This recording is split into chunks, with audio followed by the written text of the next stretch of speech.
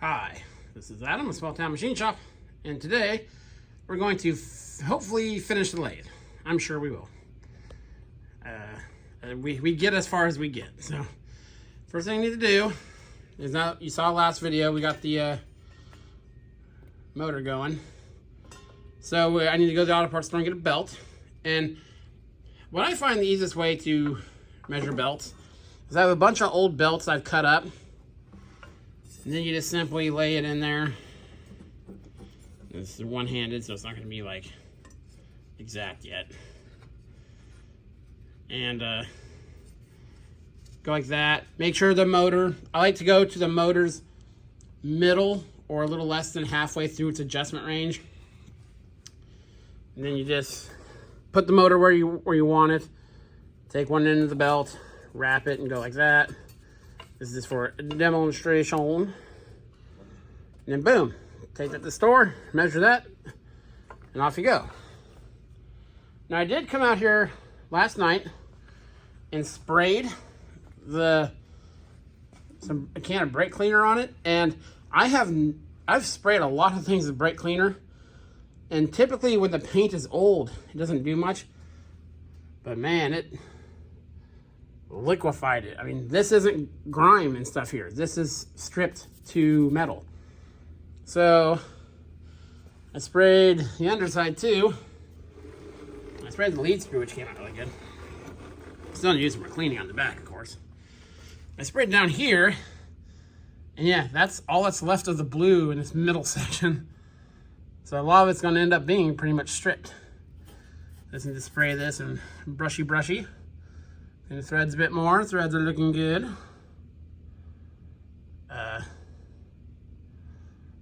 Yeah, very cool. There are a few issues with the lathe, which we will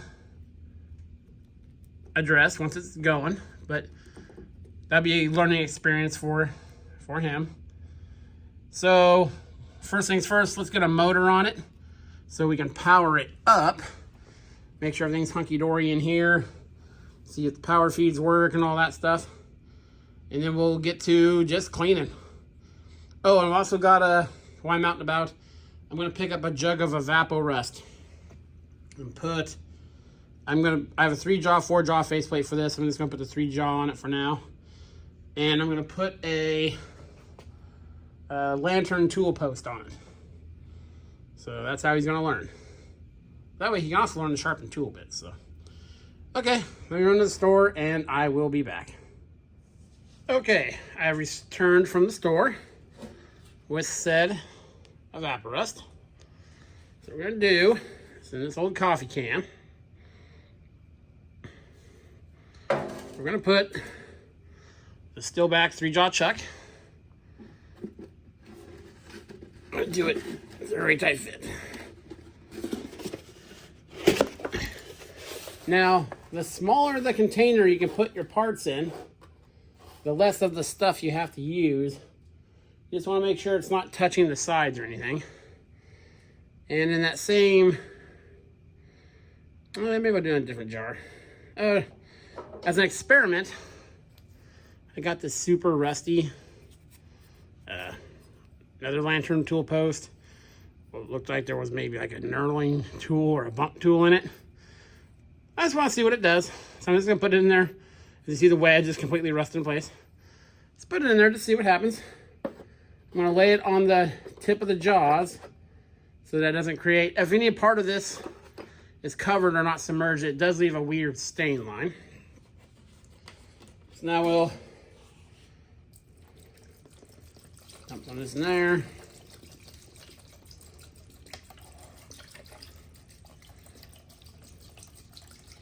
This stuff's getting kind of expensive, but they do sell it at Harbor Freight. So when coupons come around, that's what I typically buy. Okay, that's fully in there. Then in this jar, I got this headstock drill check. Put this in there gently without shattering the jar. And here's the ring for that, which the ring's actually going to go in there. There's the wedge. Set that guy right in there. Bolt down the side there. And the actual lantern. So actually everything will fit in this one. Make sure it's submerged. Dive, dive. Maybe add just a skosh more.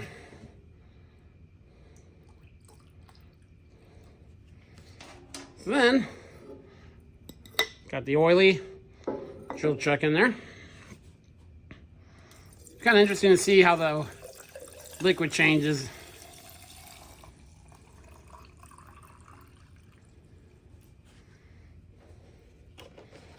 Back on. Put the lid on. Just loosely, I guess. No, because if it's loosely, someone's going to grab it thinking it's on there. So now let me bring you down here.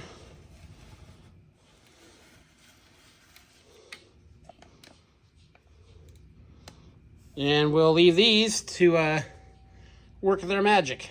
Now, let's go grab the belt and get the lathe fired up. Okay, so I went to the store. In case you have this style machine, I got a 1/2 inch by 36 inches. Now there.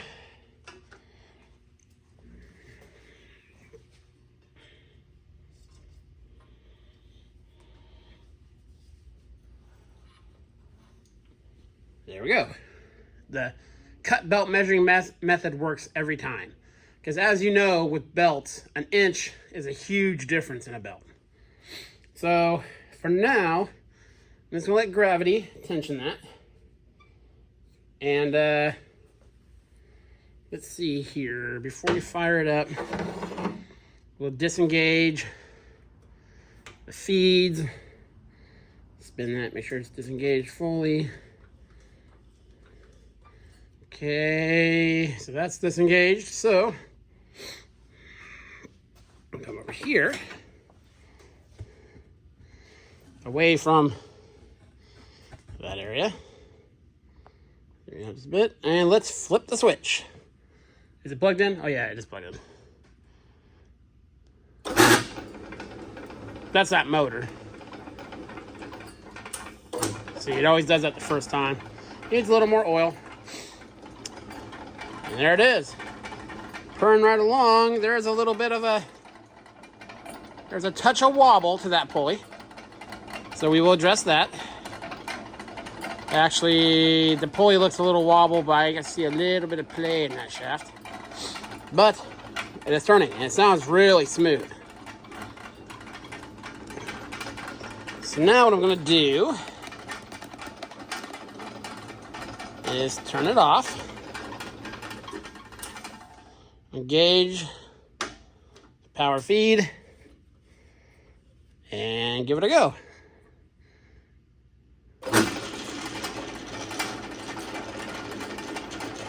As you see, the bar is turning. Let's go to the chuck. Engage the half nut. It's a little stiff on this one. There we go.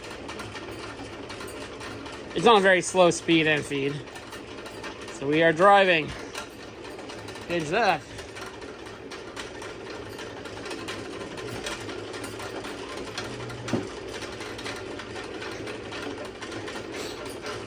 That needs a little bit of lubing. There we go.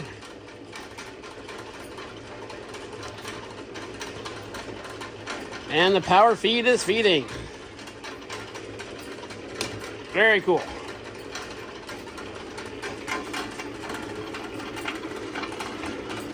I'll take you up to stand here for a second.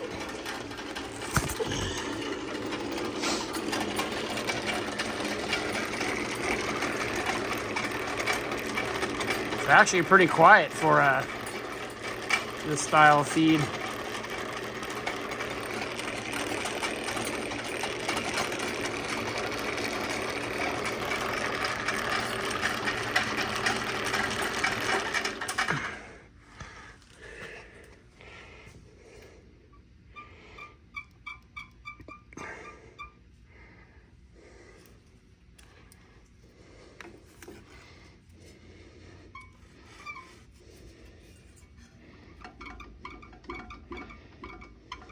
That's just because the motor's not tight.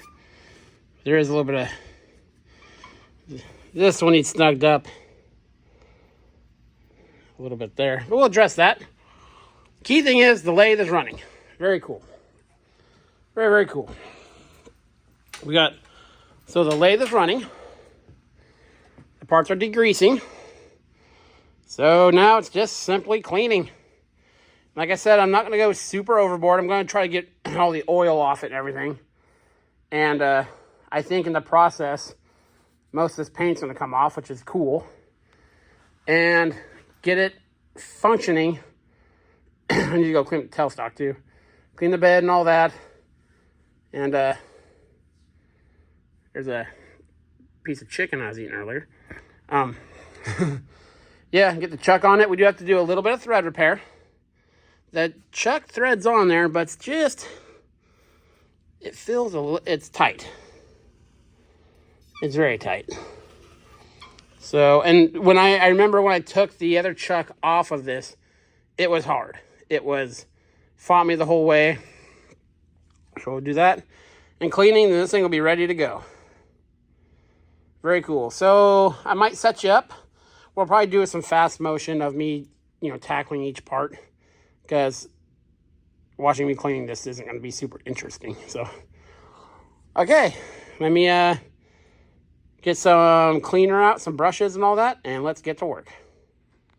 Okay. So the lathe cleanup is going very well. Again, this isn't grime or anything. This is where the brake cleaner stripped the paint off. So this stuff cleaned up. Back cleaned up, looking pretty good. Yeah, I'm not going for perfect because me and my boy are going to tear this thing apart. So that's looking good. I got the rough cleaning on the ways done. And I wish I could do those like before and after pictures. But this thing was all rusty and dark. So now we're to the point where I'm going to do the fine polishing. And for that, I use ATF. You could use WD-40, pretty much anything like that. And 4-aught steel wool. That'll take off the last little bit. We'll go over here. Sorry I'm skipping a lot of the cleaning. That's just probably not interesting to watch. You have to chuck and let's pull it out and see how we're doing here. Ooh, that looks a lot better. It's the lantern tool post for this guy. Here's my test piece. That's even looking really good. And in there is that headstock drill chuck. So, the back of this looks really clean too. That brake cleaner, I mean let me show you here. See the inside blue part there? I don't know if this paint is just that bad, but look at that. I've cleaned a lot of machines with brake cleaner. Look at that, just blasting that off. It's almost like paint stripper. I've never had that happen with a machine before, and I don't mind it one bit. I wish all my machines I could just spray with brake cleaner and it strip right off. The unfortunate part of brake cleaner, of course, is the shop has a very distinct smell to it now. I do have vent fans going. So yeah, I'm going to get all this stuff moved to the side, put ATF on the ways, do the final little polish. And that'll probably be it as far as cleanup.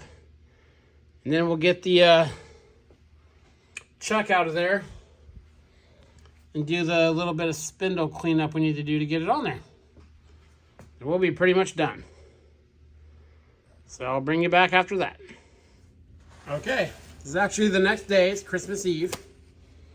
So let's see how our parts did. Let me zoom in. I'll set them down on the towel here.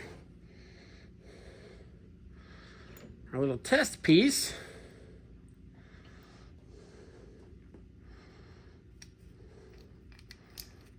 Actually came out pretty good.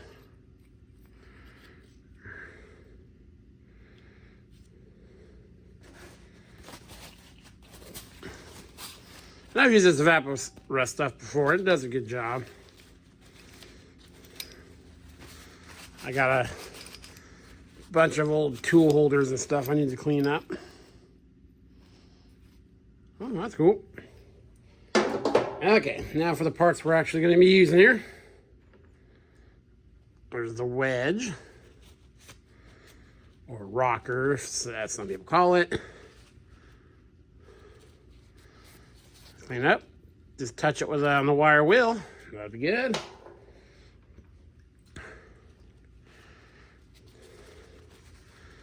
Here's the lantern.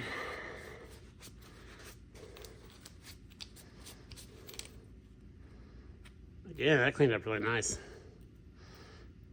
Let's touch up that outside on the wheel.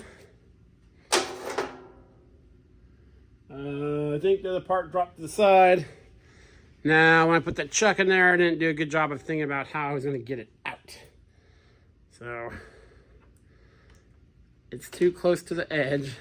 Oh, there's that part.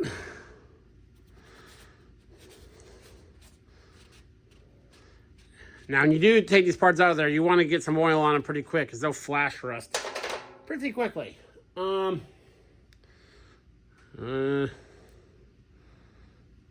not to make the world's biggest mess here.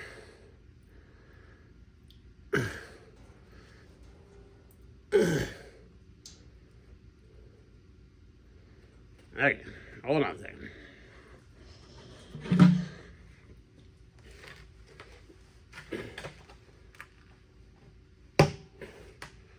Got a bucket here. That's going to be my...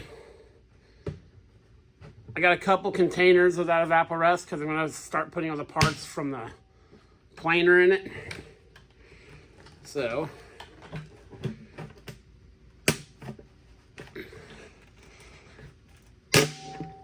that lid was very tight-fitting. There's a jar.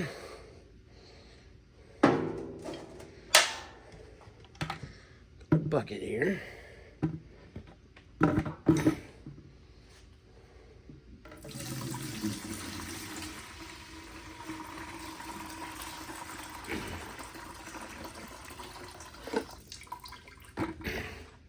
There's our screw.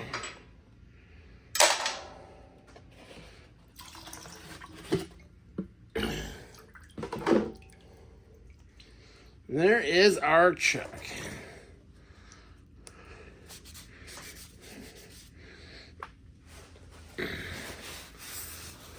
And it cleaned it perfectly, as the stuff almost always does. I'll take it inside and rinse it. And this is a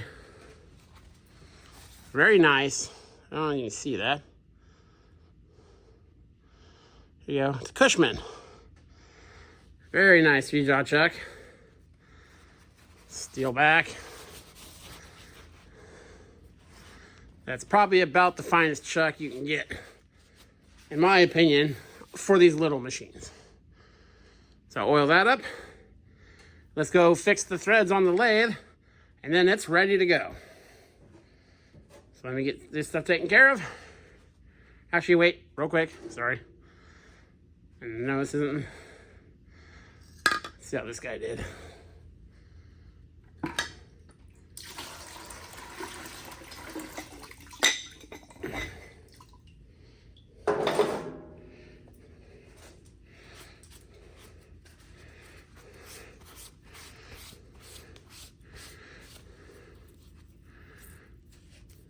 It's rusted solid before, now I can turn it by hand.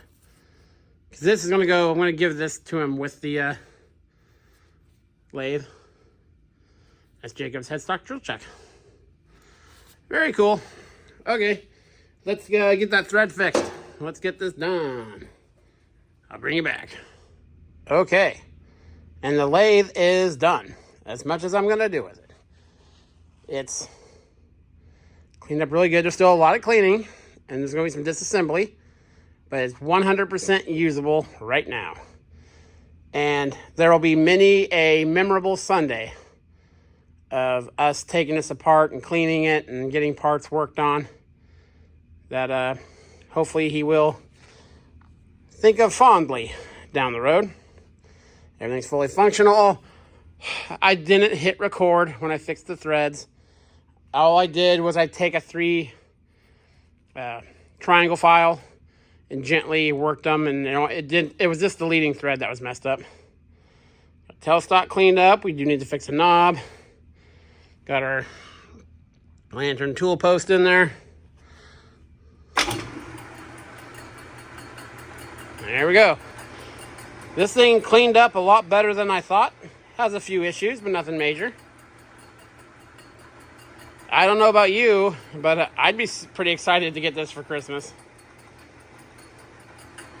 I wish I could do the before and after stuff when it was all rusty and everything. Still some cleanup to do on the ways, which we will do together. Show them how to do that. Clean up the pan. Yeah, it's 100% usable as is. So, I'd like to thank you guys for following along with this series. It has been fun. And you'll see some videos on this in the future. I'm probably going to do 2 videos for, well, me and my boy will do parts. But then as we take parts apart, I'll do it the day after or whatever before I take it apart and, show you guys how to do this stuff. It's all easy. These lathes are so simple. So yeah, this is Adam with Small Town Machine Shop. Please comment, like, and subscribe, and thanks for watching.